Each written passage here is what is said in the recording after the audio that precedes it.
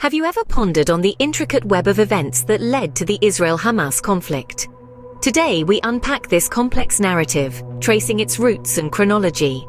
Our story begins in the mid-20th century, with the establishment of the State of Israel in 1948. This event disrupted the demographic balance in the region, leading to the First Arab-Israeli War. The war ended with an armistice in 1949, but the tensions continued to simmer. Fast forward to 1987, the First Intifada or uprising broke out in the Palestinian territories. This was a grassroots movement against Israel's prolonged occupation. It was this uprising that led to the birth of Hamas, an Islamist political organization and militant group. The turn of the millennium saw the eruption of the Second Intifada in 2000.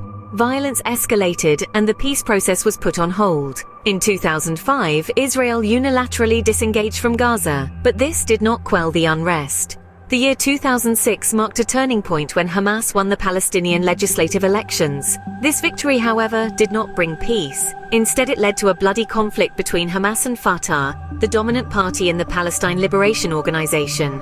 The outcome was a divided Palestine, with Hamas controlling Gaza and Fatah the West Bank. In 2007, Israel imposed a blockade on Gaza, which has been in place intermittently ever since.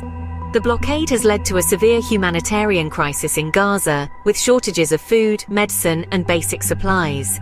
Over the years, there have been several wars between Israel and Hamas, notably in 2008 to 2009, 2012, and 2014. Each of these conflicts resulted in significant loss of life and infrastructure in Gaza. Fast forward to the present day, the conflict between Israel and Hamas continues to rage on, with each side blaming the other for the escalation of violence.